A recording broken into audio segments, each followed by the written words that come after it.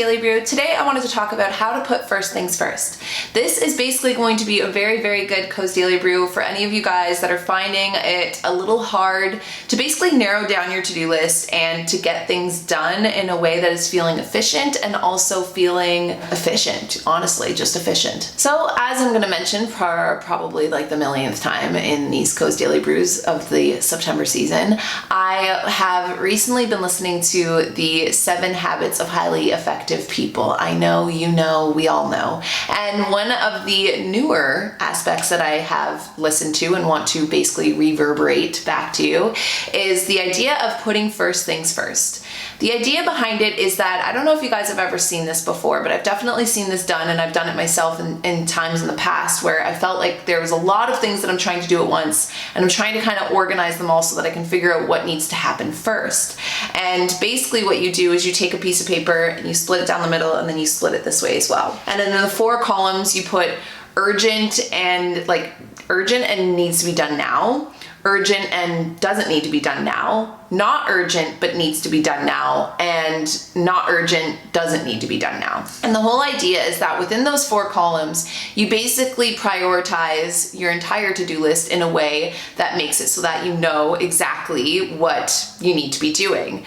Now, I've never really heard the second step to this, and that is where the whole 7 Habits of Highly Effective People comes in, because he explained it in a way that then takes that another level further. The whole idea is that in the first column, this is urgent and it needs to be done now. This is what actually goes onto your to-do list. This goes on your to-do list today, tomorrow, like this is what needs to be done before anything else on the list, right?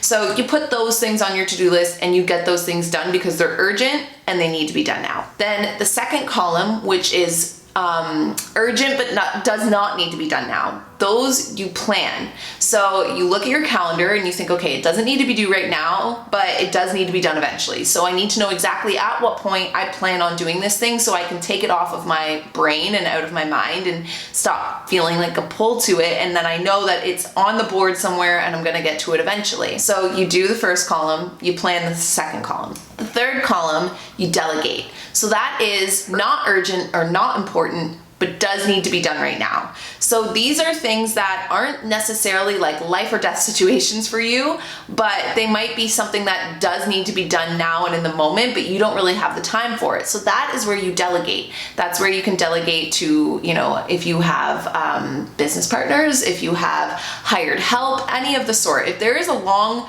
list of things that are in the not urgent but definitely needs to be done right now, then it might be time to start inquiring about getting help. Maybe it depends, because I don't know exactly, based on who's watching this, what kind of things might be on your list, but maybe you end up hiring a house sitter to come and help you clean your house because you know it needs to be done now, but you are so wildly busy with the other things. Or unsponsored, but you know those boxes you can get of like food that comes to your door and it's just like automatically ready for you to just like cook up your dinners. Maybe you start delegating your grocery lists and what you cook for dinner by signing up for like those HelloFresh thingies and like getting the boxes to you so that you don't necessarily have to do those things. There's a lot of different ways that you can get creative with delegating tasks that don't necessarily have a lot of urgency, but definitely need to be done either daily or on like the now list, right? And then last but not least, and this is the one that I have an issue with. So this is the section where it's like, it's not urgent and it doesn't need to be done now. And basically he says to delete it, to just get rid of it because there are useless distractions.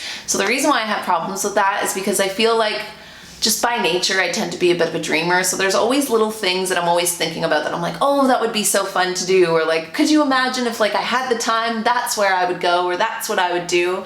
And those always kind of end up in that 4th column. So while I definitely think that distraction is bad, and if you are struggling right now to stay focused and to stop procrastinating and you really just want to get things done, then do the first 3 columns. Do the first, plan the second, delegate the third, but when it comes to deleting the fourth, instead I'd like to say bookmark it. I say bookmark is it's like you slip a little bookmark in and you put them away for a later time when life isn't as busy and things aren't as hectic, because then you can pull those back out and look at them again. But it is definitely important to think or to say that it needs to be taken off the list, because if it's not urgent and it's not time sensitive, then it does not need your attention. There are a lot of other things in the other columns that do need your attention long before these things. So that is pretty much how I absorbed that information. But let me know what you guys think down below. Is this something that you already do in your planners or in your bullet journals or on your to-do lists? Because even myself, I use a to-do list app on the computer that also translates to my phone. But one of the things that I've noticed in 2019 that I've gotten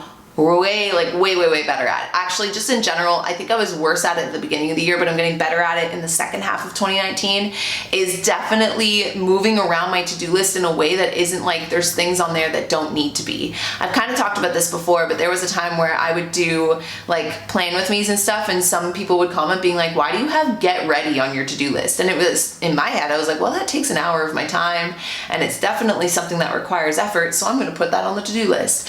But then I realized that the more and more I enjoyed filling up my to-do list, the more and more it started to overwhelm me with things that weren't necessarily overwhelming.